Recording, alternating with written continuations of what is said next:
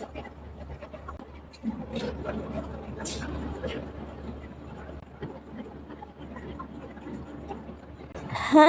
Malamig na umaga.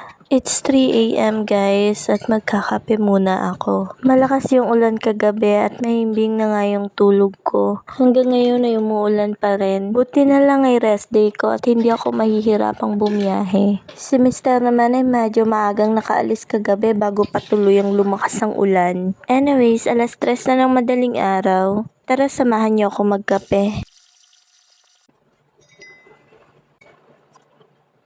Nag-brewed lang ako nitong Premium Batangas Kapeng Barako from Cafe Amigo. Then maglalagay lang ako nitong sweetener dahil life is short, make it sweet. Sure, kasi iwas tayo sa sugar dahil sa diabetes. Kaya kung dati ay si Mr. lang ang nagsusweetener, nang makuha ko yung result ng aking general check-up, ako pala dapat yung mag-sweetener at umiwas sa sugar. So yan, nagtimpla lang ako ng coffee ko, nilagyan ko yun ng milk. At hindi nga pala ako nakapag-dinner kagabi guys. Yan lang yung bawas ng kanin kasi ako kumain lang yung aking kapatid si Bobby at si Mr. So I have my nilagang saging at nilagang itlog. Yun nga yung breakfast ko. Tapos yung ulam pala namin kagabi is pakbet.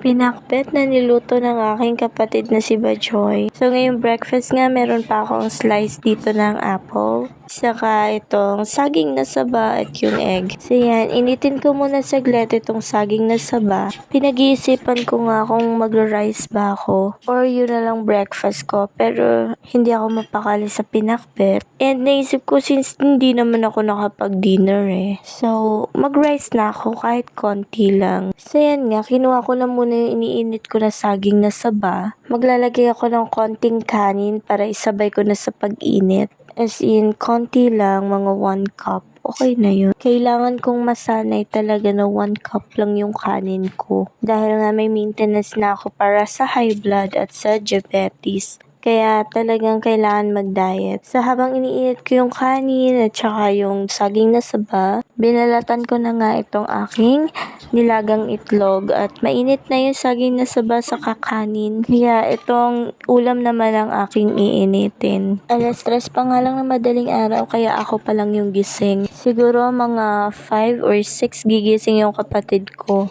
Kasi first day niya sa school ngayon. Kaya medyo maaga yan gigising. Yung mga dogs ko naman, tulog pa sila. Kaya mamaya na lang din sila magbe-breakfast. So, ako lang muna. Kayo, sa mga gising na dyan, tara, kain tayo. So there, mainit na yung ulam. Nilagay ko na sa lamesa. At syempre, magpasalamat muna sa biyaya bago kumain. Sa pinakbet nga, ang paborito ko lang dito ay yung kalabasa. Kaya pag nagluluto kami nito, aside from 1 or 2 balot ng mixed veggies na pangpakbet, bumibili pa ako or nagpapabili pa ako ng extra kalabasa. Kasi yun talaga yung gustong gusto ko sa pakbet. Lalo na't masarap ang luto ni Bajoy, kuhang-kuha na niya yung timpla ko. Sa pakbet kasi ayoko nung masabaw. Gusto ko yung pauiga yung luto. Tapos syempre, yung alamang niluto na rin yan. Ginisa sa sibuyas at bawang. Yun na yung magsisilbing pampalasa. Dagdag na lang ng konting seasonings at paminta. At syempre, may chicharon din yan nakasama para panalo talaga ang lasa. So yun lang guys, busog na ako. Kain na din po kayo. That's it for today's video. Have a blessed day everyone. Thank you for watching. Bye!